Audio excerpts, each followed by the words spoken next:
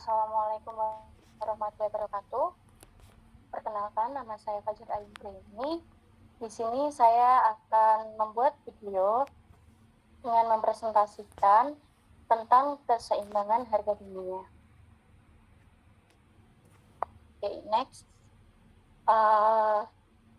Di sini saya akan sedikit menjelaskan tentang pengantar materi kita pada hari ini. Yang pertama ada definisi kebijakan ekonomi internasional, yaitu tindakan pemerintah yang secara langsung maupun tidak langsung mempengaruhi komposisi, arah, serta bentuk daripada perdagangan dan pembayaran internasional. Selanjutnya, kebijakan perdagangan internasional itu ada tarif, yang kedua subsidi, yang ketiga kuota impor, yang keempat voluntary export restraint atau disingkat VIR, dan yang kelima diskriminasi harga. Selanjutnya, untuk tujuan kebijakan ekonomi internasional, yang pertama itu ada autarki, yang kedua kesejahteraan, yang ketiga proteksi, dan yang keempat yaitu pembangunan ekonomi. Next. Selanjutnya yaitu kurva permintaan barang impor.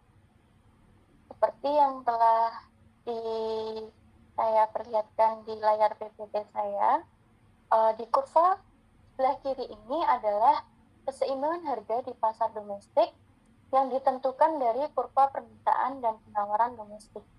Keseimbangan tercapai pada saat harga berada di level PA, di mana kurva permintaan dan penawaran berpotongan, yaitu jumlah permintaan sama dengan jumlah penawaran. Namun, jika harga turun P2, jumlah penjual yang tersedia menawarkan barangnya atau S2 lebih sedikit dibandingkan jumlah pembeli yang bersedia memintanya, atau D2. Hal yang sama terjadi pada saat harga berada di P1, yaitu S1 lebih kecil dari D1. Selisih barang yang dapat dipenuhi oleh pasar domestik menjadi jumlah barang impor yang diminta oleh negara tersebut yang digambarkan oleh kurva di sebelah kanan. Selanjutnya itu ada kurva penawaran barang ekspor. Nah, di sebelah kiri ini adalah keseimbangan harga di pasar luar negeri yang ditentukan dari kurva permintaan dan penawaran domestik negara tersebut. Keseimbangan tercapai pada saat harga berada di level PA, di mana kurva permintaan dan penawaran berpotongan, yaitu jumlah permintaan sama dengan jumlah penawaran. Namun, jika harga naik ke P2, jumlah penjual yang bersedia menawarkan barangnya atau S2 lebih banyak dibandingkan jumlah pembeli yang bersedia memintanya, atau D2.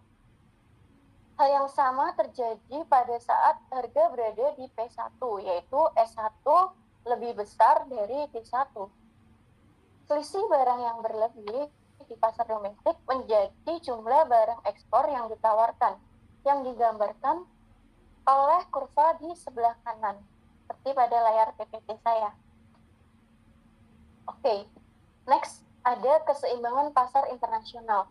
Seperti yang terlihat di layar, itu ada kurva keseimbangan pasar internasional. Keseimbangan pasar internasional tercapai pada saat kurva permintaan barang impor berpotongan dengan kurva penawaran barang ekspor, yaitu permintaan barang impor sama dengan penawaran harga ekspor. Karena kurva permintaan barang impor sama dengan permintaan domestik dikurangi penawaran domestik, dan kurva penawaran barang ekspor sama dengan penawaran luar negeri dikurangi permintaan luar negeri, maka permintaan domestik ditambah permintaan luar negeri sama dengan penawaran domestik ditambah penawaran luar negeri. Oke, next. Selanjutnya ada pengaruh tarif.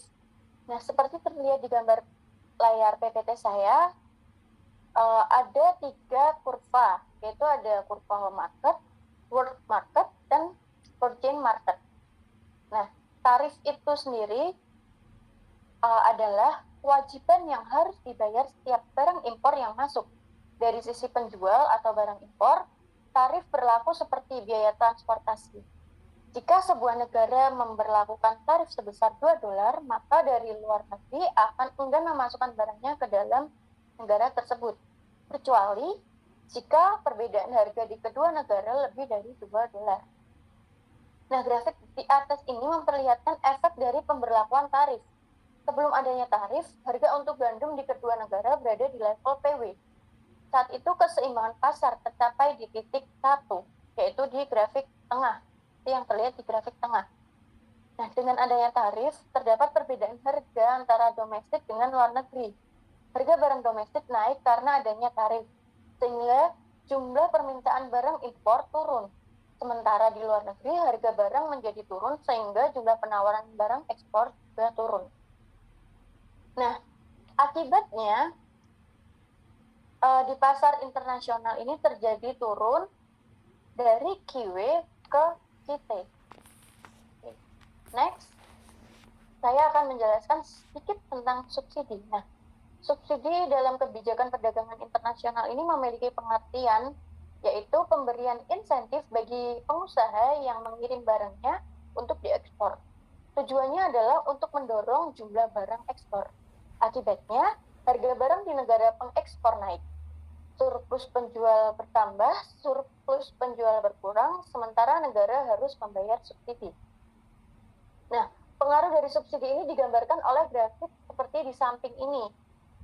Konsumen negara eksportir kehilangan surplus A plus B, produsen negara ekspor mendapatkan surplus A plus B, dan selisih harga domestik dan luar negeri harus dibayarkan pemerintah eksportir dalam bentuk subsidi, yaitu B plus T plus C plus E plus F plus G. Nah, subsidi ini meningkatkan harga domestik dari PW ke PT dan menurunkan harga luar negeri dari PW ke PT. Itu. Baiklah, cukup sekian yang dapat saya sampaikan. Apabila ada salah kata dari saya mohon maaf. Saya akhiri. Wassalamualaikum warahmatullahi wabarakatuh.